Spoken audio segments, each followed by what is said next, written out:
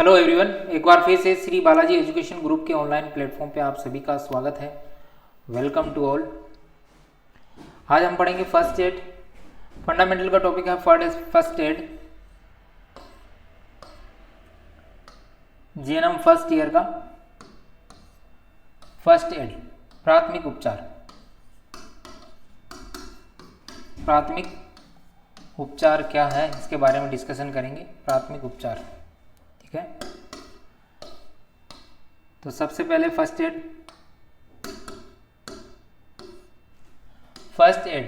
Initial process क्या होता है। एक इनिशियल प्रोसेस है of assessing and addressing the need of someone who is experience medical emergency. जो मेडिकल इमरजेंसी होती है तो एक फर्स्ट एड एक इनिशियल प्रोसेस है, मतलब शुरुआती प्रोसेस है assessing and addressing the need of someone. जो किसी के असेसिंग करना और उसकी नीड जरूरत करना, जो someone who has experience medical emergency, ऐसे व्यक्ति जिनको मेडिकल इमरजेंसी की जरूरत है, मेडिकल इमरजेंसी हो चुकी है और उनको किसी की जरूरत है। इनिशियल प्रोसेस में असेस करना है जो उसकी हेल्प कर सके, ठीक है, जो उसकी हेल्प कर सके। Allow the non medical expert, इसमें नॉन मेडिकल एक्सपर्ट भी अलाउ होते हैं जो मेडिकल डिपार्टमेंट के नहीं होते हैं। अगर फर्स्ट एड का कोई कोर्स किया हुआ है और उसे नॉलेज है तो नॉन मेडिकल स्टाफ भी फर्स्ट एड कर सकते हैं। To quickly determine the person physical condition, person की फिजिकल कंडीशन को क्विकली डिटरमाइन करना and the course of treatment, और ट्रीटमेंट का कोर्स किया हुआ हो तो ये लोग कर सकते। Can make difference of to person recovery and could be save their life, और पेशेंट को रिकवरी के लिए लेके जाना और उसकी लाइफ को बचाना, ठीक है। तो ये है फर्स्ट एड के कुछ पर्पज। क्यों फर्स्ट एड करते हैं? टू लाइफ को सस्टेन करने के लिए, पहला पर्पज है, उद्देश्य इसका सस्टेन द लाइफ। दूसरा इसका पर्पज है टू प्रिवेंट सफरिंग, सफरिंग से बचाने के लिए। टू प्रिवेंट सेकेंडरी कॉम्प्लिकेशन, जो सेकेंडरी कॉम्प्लिकेशन है बीमारी वगैरह उससे बचाने के लिए, डेथ से बचाने के लिए।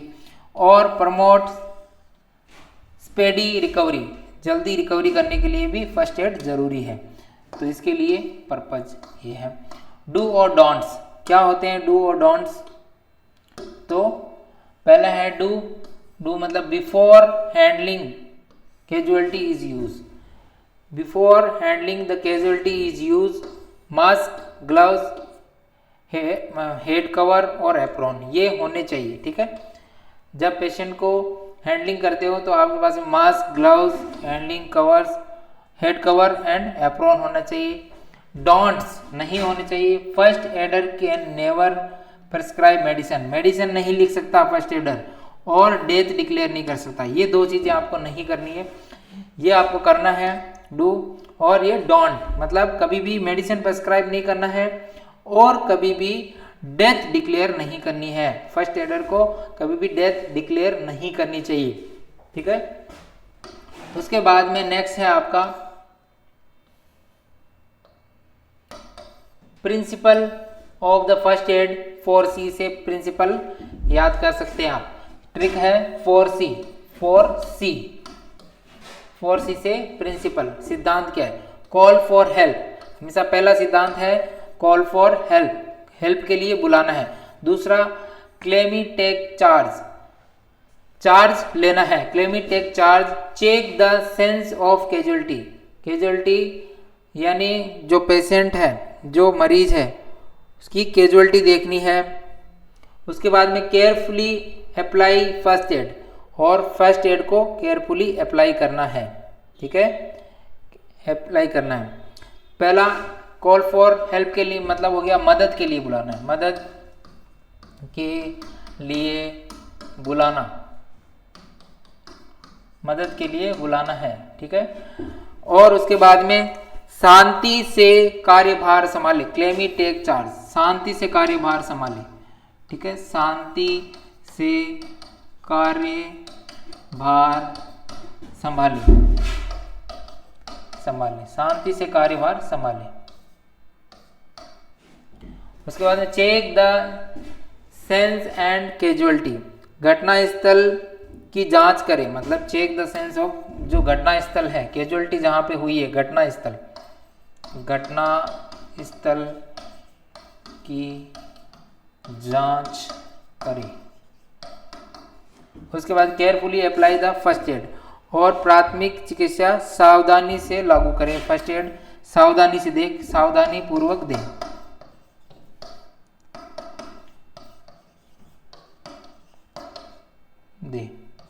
ठीक है, ये आपको करना है। उसके बाद में नेक्स्ट है एक्शन, क्या एक्शन करना चाहिए? तो एक्शन के अंदर है आपका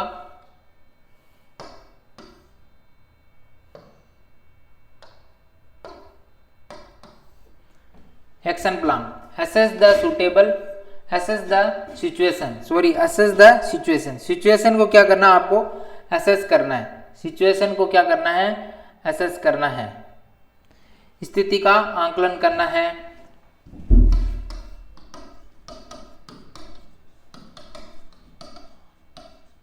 कैसी सिचुएशन है उसका आंकलन करना है कि वहां पे एक्सीडेंट हो गया है तो वहां की सिचुएशन कैसी है, कितने लोग घायल हुए हैं, कितने बच्चे हैं, कितने बड़े हैं, ये एक्शन प्लान करना है। तो उससे सिचुएशन का असेसमेंट करना है, कैसे एक्सीडेंट हुआ है, जैसे कार से बाइक से हुआ है, ट्रक से हुआ है, बस से हो गया है, आग लग गई है, या फिर कोई बिल्डिंग गिर गई है, इस तरह की इमरजेंसी के कैसी सिचुएशन है, तो स्थिति का क्या करना, आंकलन करना है। Safety your self and casualty, सबसे पहले अपने खुद की सुरक्षा करनी है, अपनी सेफ्टी खुद की करनी, योर सेल्फ मतलब खुद की, अपनी सुरक्षा करनी है, अपनी सुरक्षा करनी है, घटना स्थल से अपनी सुरक्षा करनी है। ठीक है, and the casualty, safety of the end casualty, assess the casualty, और क्या करना है, इलाज करना है, असेसमेंट करना है। जो मरीज यहाँ पे कैजुअलिटी हुई है वहाँ पे वो जो पेशेंट है या फिर जो विक्टिम्स है, विक्टिम्स जो पीड़ित है, उनकी क्या करनी है, असेस करना है। ट्रीट कैजुअलिटी, उनको ट्रीटमेंट उपचार करना है, उनका जल्दी से जल्दी उपचार करना है। Arrange the removal of the casualty to the hospital safe area, और उनका arrange the removal of the casualty, removal the casualty to the hospital और सेफ एरिया की तरफ उसे ले जाना है, हॉस्पिटल भेजना है या फिर सेफ एरिया की तरफ ले जाना है। Right A report and communicate status, और रिपोर्ट लिखनी है और कम्युनिकेट करना है हॉस्पिटल वालों से। तो ये इसके एक्शन प्लान है। उसके बाद में assessing skill of the first adder, कैसे असेसिंग स्किल क्या है, कैसे असेस करना है, तो assessing the skill of the first adder, सबसे पहले ऑब्जर्व करना है, अच्छे से ऑब्जर्व करना है। उसके बाद में लिसन, सुनना है, अच्छे से फील करना है, बात करना है, टच करना है, प्रोवाइड करनी है, और ट्रस्ट मेंटेन करना है। ठीक है, लोगों पे ट्रस्ट मेंटेन करना है। ये चीज़ें आपको असेसिंग करनी है, ये आपकी असेसिंग द स्किल होनी चाहिए। ऑब्जर्व करने की स्किल होनी चाहिए, अच्छे से सुनने की स्किल होनी चाहिए, फील करने की स्किल होनी चाहिए, बात करने की स्किल होनी चाहिए, टच करने की स्किल होनी चाहिए, और केयर प्रोवाइड करने की स्किल होनी चाहिए, और ट्रस्ट मेंटेन करने की स्किल होनी चाहिए। ठीक है, उसके बाद में responsibility of first adder, first adder की क्या रेस्पॉन्सिबिलिटी होती है, क्या क्या रेस्पॉन्सिबिलिटी होती है? To assess the situation quickly, situation को असेस करना है जल्दी से जल्दी, and safety and call for appropriate help, situation जो हो गई है, एक्सीडेंट जो स्थिति है उसको असेस करना है। उसके बाद में सेफ्टी का ध्यान रखना है, उसके बाद में हेल्प के लिए बुलाना है, अप्रोप्रिएट हेल्प के लिए। To identify the level of injury, injury के लेवल का पता करना है, of the nature of illness affecting the casualty और विक्टिम को, और वो कैजुअलिटी यानी विक्टिम जो पीड़ित व्यक्ति है उसे कितना अफेक्ट कर रही है उसका आइडेंटिफाई करना है, लेवल का पता करना है।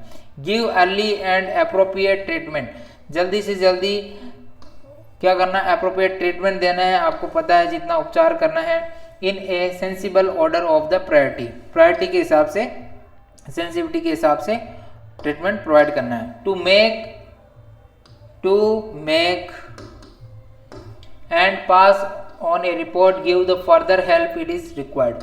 तो आपको क्या करना है, make and pass the a report give further help it is required. अगर आपको फर्दर हेल्प चाहिए तो उसकी लें, जरूरत लें। उसके बाद में DRABC, क्या होता है DRABC? तो देखते हैं। D का मतलब है पहले डेंजर से बचाना है।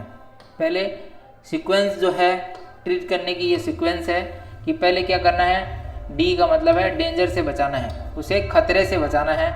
खतरे से पहले पेशेंट को बचाना है, ठीक है। उसके बाद में उसका रेस्पॉन्स देखना है, उसका रेस्पॉन्स कैसा है, उसकी ब्रीदिंग वगैरह आ रही है कि नहीं है, उसका रेस्पॉन्स सुनना है, ठीक है। हेलो कैसे हो, पेशेंट को बोलना है हेलो हाउ आर यू, हाँ हेलो आर यू लिसन, सुन रहे हो, नाम क्या है तुम्हारा, इस तरह से पूछना है। हेलो, है ना, हेलो नाम क्या है तुम्हारा, हेलो नाम क्या है, नेम वगैरह पूछना है। तो ये चीज़ें आपको पता करनी है, ठीक है, ये चीज़ें आपको पता करनी है।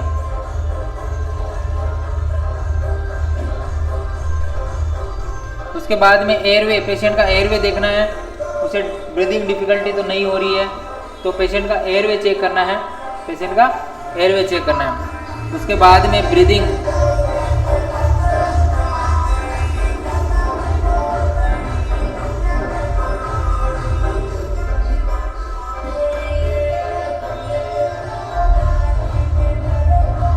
एयरवे देखना है। उसके बाद में ब्रीदिंग देखनी है, पेशेंट की सांस ले रहा है कि नहीं है, एयरवे क्लियर है कि नहीं है। एयरवे क्लियर देखने के लिए आपको चिन लिफ्ट हेड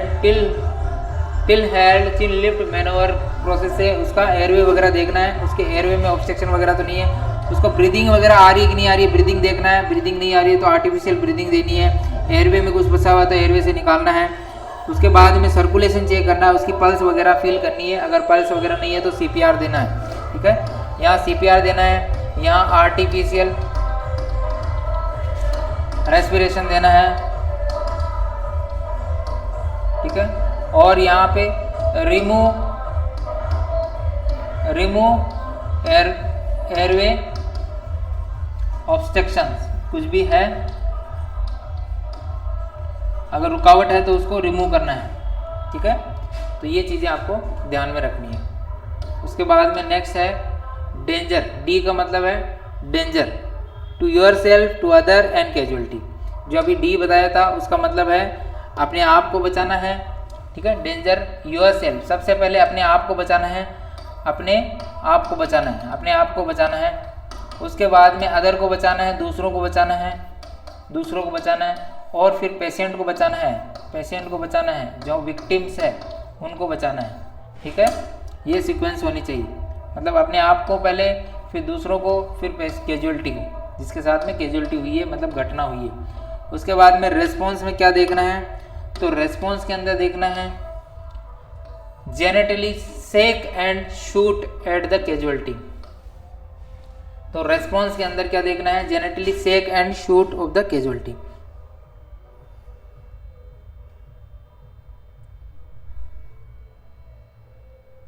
तो उसे हिलाओ और चिल्लाओ, सेक एंड, उसे ऐसे हिला के, हेलो भाई, हेलो हेलो हेलो, है ना, ऐसे करके हिलाओ और उस पर चिल्ला के, मतलब साउट को, मतलब क्या नाम है तुम्हारा, जोर से उसे पूछना है क्या नाम है, चिल्ला के पूछना है। तो इस तरह से उसका रेस्पॉन्स देखना है। It is casualty is conscious, अगर वो कॉन्शियस होगा तो वो रेस्पॉन्स देगा और नाम बताएगा, हेलो क्या नाम है, क्या हुआ, तो वो रेस्पॉन्स देगा अगर उसके कुछ कॉन्शियस है, अगर नहीं है तो नहीं देगा। It is casualty is drowsy और कंफ्यूज, तो ड्राउजी कंफ्यूज हो सकता है, कॉन्शियस हो सकता है। कैजुअलिटी इज अनकॉन्शियस, बेहोश हो सकता है, अनकॉन्शियस का मतलब हो गया बेहोश, बट रिएक्टिंग, थोड़ा थोड़ा रिएक्ट कर रहा है, ये हो सकता है। It is casualty is unconscious with no reaction, और कैजुअलिटी क्या है, बेहोश भी है, बेहोश भी है और कोई रिएक्शन भी नहीं हो रही है, नो रिएक्शन हो रही है। Unconscious place in casualty is stable side in position, और अनकॉन्शियस है और उसकी जो पोजीशन है वो स्टेबल साइड पोजीशन में रख देंगे। तो ये देखना है रेस्पॉन्स, ठीक है। उसके बाद में देखना है एयरवे। नेक्स्ट है एयरवे। एयरवे मैंने बताया था, is the airway is open and clear, पहले एयरवे ओपन एंड क्लियर है कि नहीं है वो देखना है। Is there noisy and breathing, वो नाक से सांस ले रहा है, मुंह से ले रहा है, कैसे, नोजी ब्रीदिंग तो नहीं है। There are potential obstruction such as blood ETC, तो कोई ऑब्स्ट्रक्शन हो सकता है, रुकावट हो सकती है, गले में ब्लड हो सकता है, और भी कोई रुकावट हो सकती है। Is to open and clear airway, और उसके एयरवे को ओपन करना है और क्लियर करना है, ठीक है। ये चीज़ें आपको ध्यान में रखनी है। उसके बाद में हाउ टू ओपन एयरवे, कैसे एयरवे ओपन करते हैं, तो वो देखते हैं इमेज के अंदर। देखो एयरवे कैसे, एयरवे ओपन करने के लिए टिल हेड, हेड को क्या करते हैं, टिल करते हैं, चिन को लिफ्ट करते हैं, ठीक है। Back and lift the chin up the finger under the jaw and establish airway, move head as little as possible if there may be the neck injury, तो इस तरह से भी आप कर सकते हो। देखो इस डायग्राम में बताया हुआ है कि उसके मुंह में अंगुली डाल के ऐसे ओपन कर रहे हैं, तो उससे क्या है, एयरवे ओपन हो जाएगा। अगर कुछ बचा हुआ है तो मुंह से निकल जाएगा, निकाल देंगे। और अगर सुपाइन पोजीशन में करके ऐसे भी कर सकते हैं, ठीक है। उसके बाद में ब्रीदिंग, नेक्स्ट है ब्रीदिंग। ब्रीदिंग में look for the chest movement, chest के मूवमेंट को देख के पता लगा सकते हैं कि उसकी ब्रीदिंग सही कि नहीं। चेस्ट कैसे होगा, सांस लेते हैं तो ऊपर नीचे होता रहता है ना, तो राइज हो रहा है कि नहीं हो रहा है, तो उससे पता चल जाएगा बी से ब्रीदिंग, ठीक है। बी से क्या होता है, ब्रीदिंग होता है। तो लिसन फॉर द साउंड और ब्रीदिंग, साउंड और ब्रीदिंग देखना है उसका, सुन सकते हैं, साउंड और ब्रीदिंग सुन सकते हैं, चेस्ट को देख सकते हैं। Feel breath on our cheeks, cheeks के ऊपर और सुन सकते हैं, फील कर सकते हैं, ऐसे करके फील कर सकते हैं। Do not breathing give to rescue of breath, अगर कोई ब्रीदिंग नहीं ले रहा है, सांस नहीं ले रहा था, 2 रेस्क्यू ब्रीदिंग देनी है उसे, माउथ टू माउथ देनी है। उसके नाक को बंद करना है, नोज को पिंच करना है, और मुंह को पूरा कवर करके उसको 2 ब्रीदिंग देनी है, ठीक है। इस तरह से ब्रीदिंग दे सकते हैं। उसके बाद में सर्कुलेशन देखना है, चौथा जो है, नेक्स्ट जो है सर्कुलेशन। सर्कुलेशन के अंदर देखना है is there is carotid pulse, carotid pulse feel करनी है, कैरोटिड पल्स फील करनी है यहाँ से 5 से 10 second, only for 5 to 10 second. It is strong, तो ठीक है। इट इज रेगुलर, ठीक है। There is major blood loss, तो थोड़ी बहुत आएगी, कम आएगी। इफ नो पल्स, अगर पल्स बिल्कुल नहीं आ रही, पल्स लेस हो रहा है, प्रेजेंट, देन स्टार्ट सीपीआर, तो क्या करना है, सीपीआर स्टार्ट कर देना है, सीपीआर, ठीक है। CPR cardiac pulmonary resuscitation, CPR का मतलब हो गया cardiac pulmonary resuscitation. Circulation, pulse, respiration, इसके अंदर क्या देखना है, सर्कुलेशन, पल्स, रेस्पिरेशन देखना है। तो सीपीआर कार्डियक पल्मोनरी रिसस्टिटेशन। अगर नोज से ब्लीडिंग हो रहा है, नाक से ब्लीडिंग हो रहा है, तो क्या करना है, देयर डू और don't for the first aid in treatment, क्या करना चाहिए, नाक से ब्लीडिंग हो रहा है तो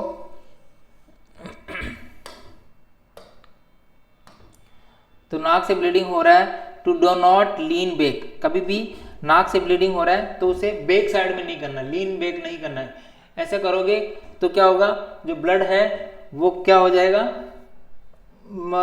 अंदर जाएगा, ठीक है, और एस्पिरेट भी कर सकता है। तो इसे आगे की तरफ करना है, ना कि लीन बैक करना है, ठीक है। Do not lean back, leaning back can be harmful and blood block the wind pipe, block the airway, airway को ब्लॉक कर सकता है, विंड पाइप को ब्लॉक कर सकता है, इसलिए कभी भी डू नॉट बैक करना है, आगे की तरफ करना है, और पिंच कर सकते हो।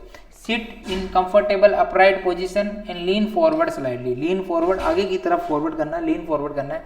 Then pinch the nose, nose को क्या करना है, पिंच करना है, just below the bony nose bridge and above the fleshy lobes nostril until the bleeding is sting, जब तक ब्लीडिंग नहीं रुक जाती तब तक ऐसे करके दबा के रखना है, ठीक है। After care once the bleeding is control do not blow the nose, अगर ब्लीडिंग रुक जाए तो उसे ब्लो नहीं करना है, ब्लड को निकालने के लिए ब्लो नहीं करना है, नहीं तो क्या वापस ब्लीडिंग स्टार्ट हो जाएगी। माइल्डली डिस्क्लोज क्लॉट में भी यूर ब्लीड अगेन, और इससे क्या होगा, क्लॉटिंग होने के बाद में ब्लड वापस स्टार्ट हो सकता है।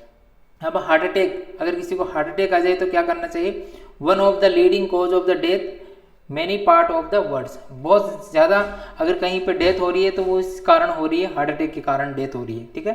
सबसे मेन कारण ये है हार्ट अटैक। तो इसके अंदर क्या करना चाहिए, डू और डोंट क्या करना चाहिए, तो फर्स्ट एड इन ट्रीटमेंट, तो हार्ट अटैक आने पे even if you are not sure about the symptom, अगर आपको सिम्टम से पता नहीं चल रहा है कि ये हार्ट अटैक है क्या है, ठीक है, if you are not sure about the symptom, if you suspect a heart attack at all, do not wait, कभी भी वेट नहीं करना चाहिए।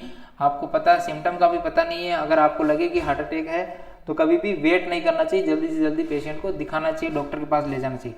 If the person is conscious give them 300 mg aspirin, अगर पेशेंट कॉन्शियस है तो 300 mg उसको aspirin देते हैं। तो एस्पिरिन की जो टैबलेट आती है, एस्पिरिन की जो टैबलेट आती है वो आती है 75 mg की भी आती है और 150 mg की आती है। अगर 75 mg की टैबलेट आए तो 4 टैबलेट देनी है, ठीक है, अगर 75 की टैबलेट आए तो 4 टैबलेट देनी है, अगर 150 mg की आए तो 2 टैबलेट देनी है, 2 टैबलेट देनी है, तो 150 mg हो जाएगी, ठीक है, तो 300 mg हो जाएगी, सॉरी 150 की 300 mg टैबलेट देनी है। Alert main risk is that the heart is be stop beating, prepare for resuscitate if the necessary, अगर हार्ट एकदम बंद हो गया है तो CPR स्टार्ट कर देना चाहिए, CPR कार्डियोपल्मोनरी रिसस्टिटेशन स्टार्ट कर देना चाहिए। Early warning sign is pressure in centre of the chest, centre of the chest pain होगा, प्रेशर होगा, pain shoulder neck and arm, pain कहाँ होगा, शोल्डर नेक आर्म पे पेन होगा, चेस्ट डिस्कम्फर्ट होगा, फेंटिंग स्वेटिंग और नोजिया होगा। Call for ambulance immediately, जल्दी से जल्दी एम्बुलेंस के लिए बुलाना चाहिए और ध्यान देना चाहिए। इस तरह से आप मई में ट्रीट कर सकते हो। अगर बर्न हो गया तो क्या करना चाहिए, बर्न हो गया तो क्या करना चाहिए, तो बर्न के अंदर क्या करना चाहिए, बर्न में पहले पता लगाते हैं कौन सा डिग्री बर्न है। तो burn how many degree of burn there, कितने डिग्री बर्न होते हैं, first degree, second degree, third degree burn. तो फर्स्ट डिग्री बर्न के अंदर क्या होता है, ये फर्स्ट डिग्री बर्न है, इसमें एपिडर्मिस, डर्मिस और सबक्यूटेनियस टिश्यू ये डैमेज होते हैं। तो जो स्किन के जो ऊपर के एपिडर्मिस, जिसके नीचे होती है डर्मिस, सबसे ऊपर होते हैं एपिडर्मिस, उसके नीचे होती है डर्मिस और उसके नीचे होती है सबक्यूटेनियस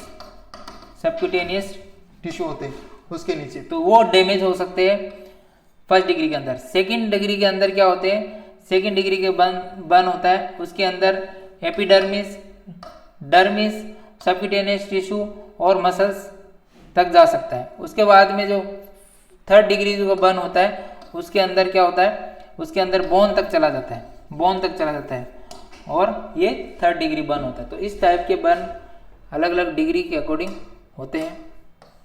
तो इसके अंदर क्या करना चाहिए, तो बर्न के अंदर कभी भी never put the ice on the burn, कभी भी आइस नहीं रखनी है, बर्न के ऊपर बर्फ नहीं रखना है।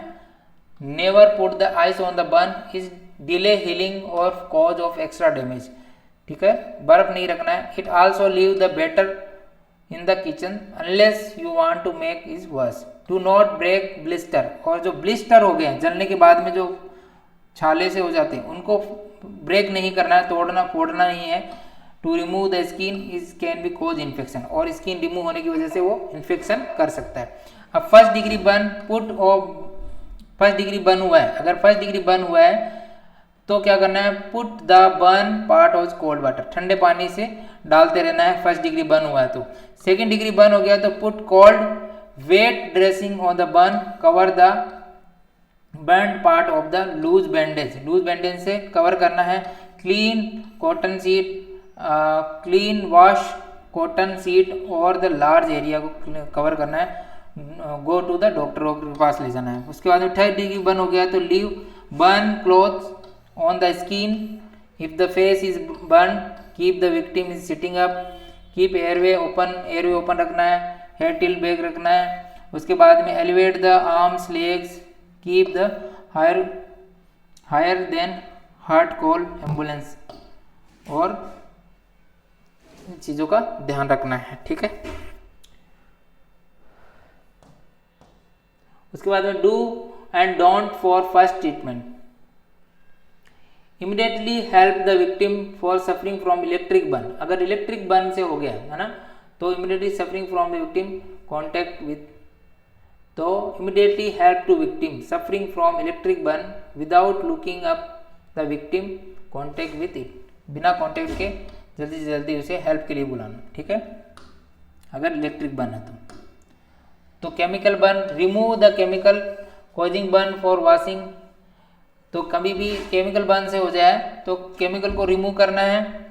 Wash skin under the cool running water, ठंडे पानी से रनिंग वाटर से धोना है एटलीस्ट 20 मिनट के लिए। रिमूव ऑल क्लॉथ और ज्वेलरी वगैरह रिमूव कर देना है, क्लॉथ कपड़े वगैरह हटा देने हैं कंटामिनेटेड बाय केमिकल्स। और washing apply cool wet cloth and burn to be relieve the pain. Electric burn हो गया है तो कॉल फॉर एम्बुलेंस इमीडिएटली, सबसे पहले एम्बुलेंस को कॉल करना है। Look out there for any contact with the electric source, और कोई इलेक्ट्रिक सोर्स से कांटेक्ट तो अभी तक तो नहीं हो रहा, वो देखना है। Turn off the electric source, और अगर इलेक्ट्रिक सोर्स चालू है तो उसे बंद कर देना है, टर्न ऑफ कर देना है। Try to move by non conducting object, prevent shock by leaning child down and raise the leg object below, ठीक है। शॉक से बचाने के लिए तो चाइल्ड को डाउन राइजिंग द लेग को ऊपर करके पिलो लगा देना है। चोकिंग, अगर चोकिंग हो गया है यानी एयरवे में कुछ फंस गया है, चोकिंग हो गया तो क्या नहीं करना चाहिए, डू और डोंट फर्स्ट ट्रीटमेंट, ठीक है। Ask you are choking if victim is unable to talk, groan, wheeze, cough, partially choke, ठीक है। तो slap the victim back hard, कभी भी स्लैप नहीं मारना है ज़्यादा जोर से, ठीक है। Use for finger force item is the victim mouth, finger नहीं डालनी है नहीं तो ज़्यादा अंदर चला जा सकता है। तो आपको करना क्या है, तो सबसे पहले remain calm and encourage the victim, keep coughing and trying to clear blockage, उसे खांसी करने के लिए इंकरेज करना है, ठीक है, क्लियर करने के लिए जिससे कि ब्लॉकेज खुल सके। Stand slightly behind the person side, और उसके पीछे की तरफ खड़ा होना है और चेस्ट को प्रेस करके वो निकालने की कोशिश करनी है, चेस्ट के जस्ट नीचे एब्डोमेन एरिया को। Support the chest with the one hand and lean person to forward object blocking airway till the come of the mouth rather than going for the down. Give at least 5 sharp blow between the person shoulder blade to heel and hand. Stop after reaching blow. Check the blockage has clear. If not, then give abdominal thrust.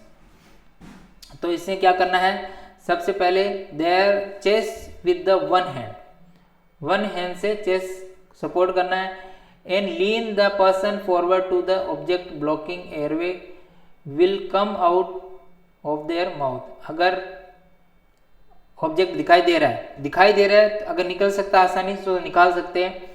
तो 5 blow देने हैं, ठीक है, 5 blow मतलब patient को से आगे झुका के पीछे की तरफ 5 ब्लो देने हैं, ठीक है।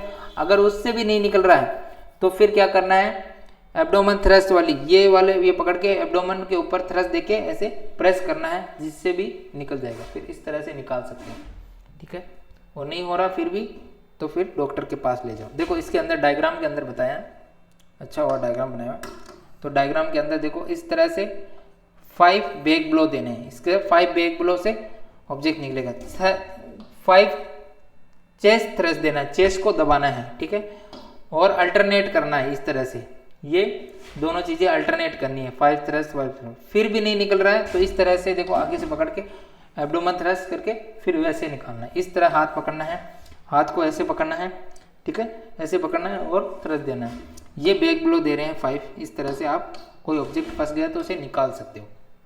चोकिंग हो गया तो ये देखो ये चोकिंग के अंदर और बताया है, choking using your finger to force out the item out of the victim mouth. तो फिंगर वगैरह नहीं डालनी है, तो विक्टिम के अगर फिंगर डालेंगे तो वो अंदर और चले जाएगी, कंप्लीट ब्लॉक हो जाएगा।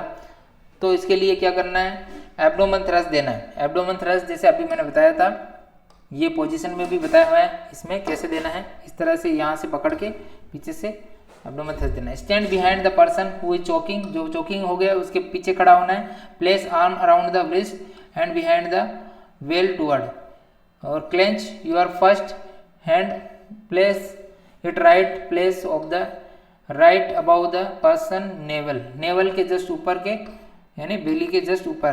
Place your other hand on top, thrust both the hand backward into their stomach, with the hard and upward movement, hard और अपवर्ड मूवमेंट करना है। डू इट 5 टाइम, 5 साइकिल करनी है एक cycle. Stop each cycle, check the blockage has been clear, तो 5 cycle देके फिर check करना है कि निकला कि नहीं निकला। अगर अलर्ट, अगर do not thrust the person pregnant है तो उसे ऐसा नहीं करना है, प्रेग्नेंट है तो उसे CPR दे सकते हैं on very large size adult, और ज़्यादा मोटा आदमी है तो भी नहीं दे सकते।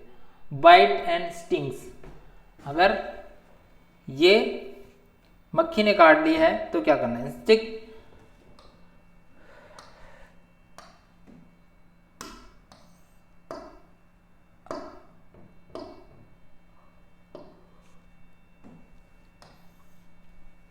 bite and stings, sticks, sting and bite. What to look for? Check the sting side, see if the stinger, अगर स्टिंगर दिख रहा है तो निकाल दो। venom sac are embedded in the skin.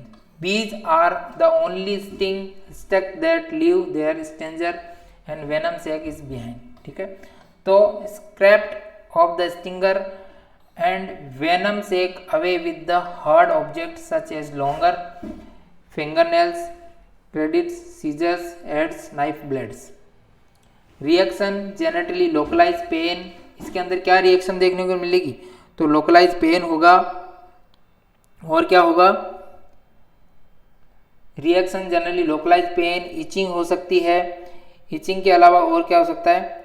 Etching के अलावा एलर्जी रिएक्शन, स्वेलिंग हो सकती है। और ये पहले क्या करना है? डंक वाली जगह चेक करनी है, सीधा डंक वाली जगह चेक करनी है। डंक और जहर थैली धसी हुई है या नहीं है। अगर वो डंक वाली जगह और ये वेनम सेक का मतलब जहर वाली थैली उसमें धसी हुई है कि नहीं है, दिख रही है तो निकाल लो, ठीक है। मधुमक्खी एकमात्र डंक मारने वाले कीड़े हैं जो अपने डंक और जहर की थैली पीछे छोड़ देते हैं। तो ये मधुमक्खी जो होती है यही डंक मारने वाले होते हैं। एक येलो बर्ड्स और होते हैं वो भी डंक मारने वाले होते हैं, तो ये थैली वगैरह छोड़ देते हैं। तो डंक और जहर की थैली को किसी कठोर वस्तु जैसे लंबे नाखून या क्रेडिट, कैंची या धार वाले चाकू ब्लेड से कुरच कर निकाल हटा दे तो इनकी सहायता से हटा सकते हैं, है ना। नाखून वगैरह से निकाल के अगर निकल रहा है तो निकाल दें। इससे ये रिएक्शन क्या होती है? लोकलाइज पेन वगैरह होता है, एलर्जी रिएक्शन हो सकती है, ये कुछ हो सकता है।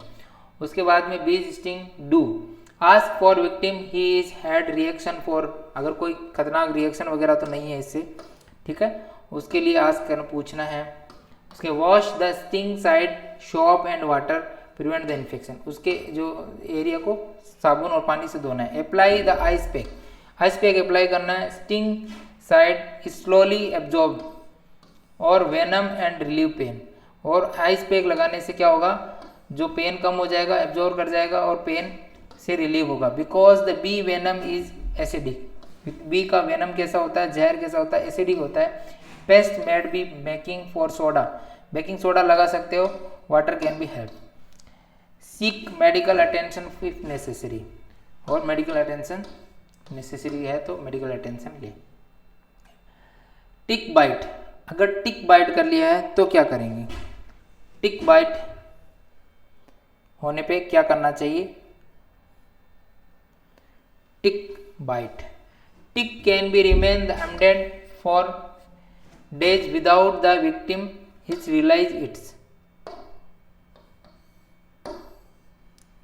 टिक कई दिनों तक रह सकता है और जो विक्टिम है उसको ऐसा रियलाइज भी नहीं होता, एहसास भी नहीं होता। Most tick bite are the harmless, harmless भी होते हैं कुछ। Other ticks can be carry serious disease, और कुछ सीरियस डिजीज भी कर सकते हैं। Symptom usually 3 to 12 days after tick bite, और कभी कभी 3 से 12 दिनों बाद में इसके सिम्टम वगैरह दिखाई देते हैं।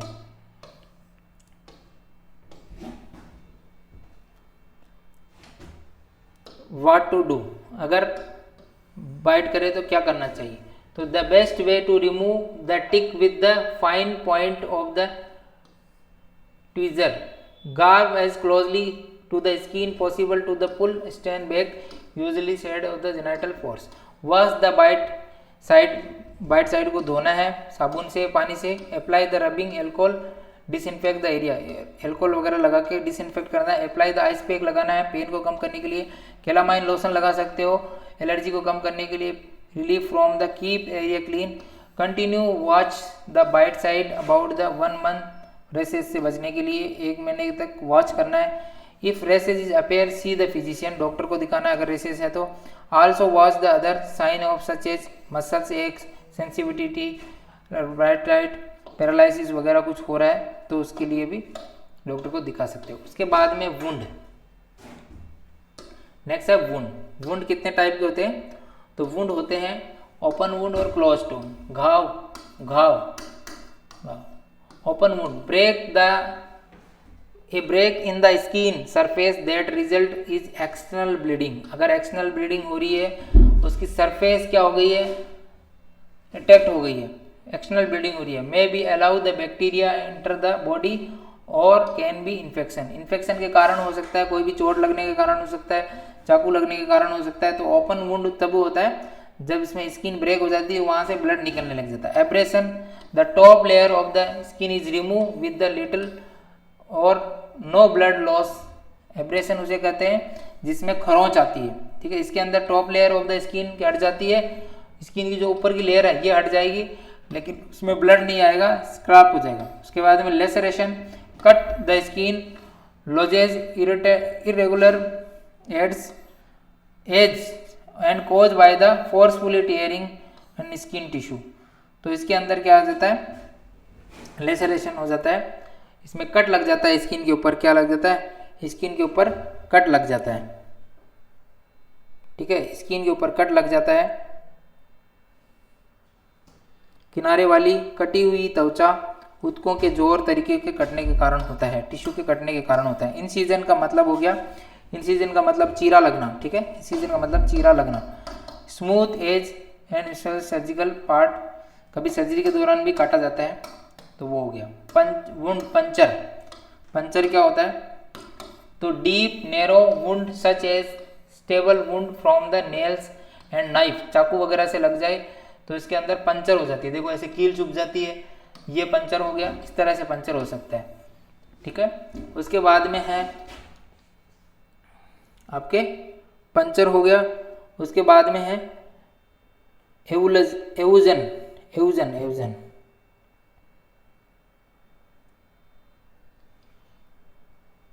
एवुजन मतलब flap of the skin is torn, लूजन, either hanging from the body is completely remove. इसमें त्वचा का क्या होता है?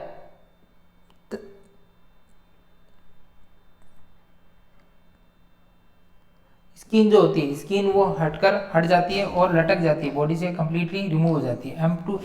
एम्पुटेशन, इसमें कोई पार्ट कट के गिर जाता है। Cutting the tearing of the body parts, body part ही कट जाता है, such as finger, toe, hand, foot, arm, ऐसे कोई भी कट जाता है। नाखून, कोई अंगुली कट के गिर गई, अंगूठा कट के गिर गया, हाथ कट गया, पैर कट गया, आर्म कट गया, लेग कट गया, इस तरह से कट सकता है, उसको कहते हैं एम्पुटेशन।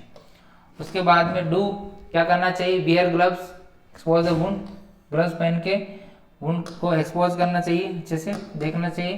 कंट्रोल ब्लीडिंग को कंट्रोल करना चाहिए, वुंड को क्लीन करना चाहिए, प्रिवेंट इन्फेक्शन से बचाना चाहिए। Wash slow wound, gently soap and water से धो सकते हैं। उसके बाद में wash centre out, irrigate the waters. Severe wound है तो क्लीन ब्लीडिंग, स्टॉप ब्लीडिंग, सबसे पहले क्लीन करेंगे, स्टॉप ब्लीडिंग करेंगे। वुंड केयर, वुंड की केयर कैसे करते हैं? तो remove small object from the flush out of the irrigation through the sterile tweezer, और bleeding restart, apply the direct pressure. अगर ब्लीडिंग वापस हो जाती है तो उसमें प्रेशर अप्लाई कर देंगे, ठीक है। Use roller bandage, roller bandage का यूज करेंगे, उसके ड्रेसिंग बांध देंगे। Keep dressing dry and clean, dressing को ड्राई एंड क्लीन रखेंगे। Change the dressing daily, daily dressing change करेंगे। More often to get wet daily, ठीक है। उसके बाद में wound, sign of the wound infection, infection के, वुंड इन्फेक्शन के साइन क्या होते हैं? तो वुंड इन्फेक्शन के साइन क्या है? Swelling, redness around the wound, और a sensation of the warm, गर्म हो जाता है। थ्रम्बलिंग पेन होगा, फीवर चिल्स आ सकते हैं, सोलो लिम्फ नोड की स्वेलिंग हो सकती है, रेड स्ट्रेक्स हो सकता है, टिटनाई हो सकता है, लॉक जो जैसे साउंड सिम्टम आ सकते हैं। Should be receive injection 72 hours, tetanus का टीका 72 घंटे के अंदर अंदर लगा लेना चाहिए। उसके बाद में dressing and bandage, purpose to dressing करने के लिए, वुंड को क्लोज करने के लिए, है ना। The purpose of the dressing is to control bleeding, bleeding को कंट्रोल करने के लिए, प्रिवेंट इन्फेक्शन और कंटामिनेशन से बचाने के लिए, absorb blood and fluid drainage को एब्जॉर्ब करने के लिए, प्रोटेक्ट द वुंड और फर्दर इंजरी से बचाने के लिए। What to do, always wear the gloves, gloves पहनने चाहिए ड्रेसिंग करते समय। Use dressing large enough to extend beyond the wound edges, cover the dressing with the bandage, bandage dressing को बैंडेज से कवर करते हैं। तो dressing and bandage, bandage can be use, bandage hold a dressing is placed over the open wound, apply direct pressure over the dressing, control by bleeding, bleeding को control करने, prevent the reduce swelling, swelling को कम करने के लिए, provide support and stability for the extremities or joint, bandage should be clean but need do not sterile, bandage clean होनी चाहिए, sterile होनी चाहिए, ठीक है। No need for sterile, sterile की जरूरत नहीं है। अब है amputation.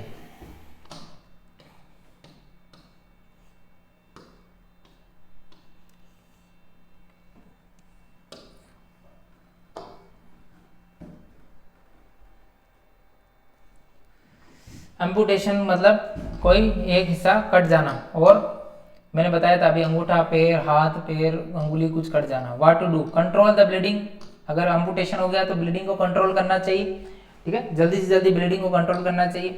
Treat the victim shock, shock से पेशेंट को बचाना चाहिए, शॉक के सिम्टम नहीं आ जाए, हाइपोवोलेमिक शॉक हो सकता है ब्लीडिंग होने के कारण। Recover the amputated part and whenever possible to take it with the victims, ठीक है, रिकवर करना चाहिए। To care for the amputated body part, और एम्पुटेड बॉडी पार्ट की केयर कैसे की जाती है। The amputated part does not need to be clean, clean करने की जरूरत नहीं है। Wrap the amputated part with the dry style gauze and other clean clothes, put the वाप and amputated part is plastic bag और waterproof container, plastic bag में ले जाना है, वाटरप्रूफ कंटेनर में रख देना है, ठीक है।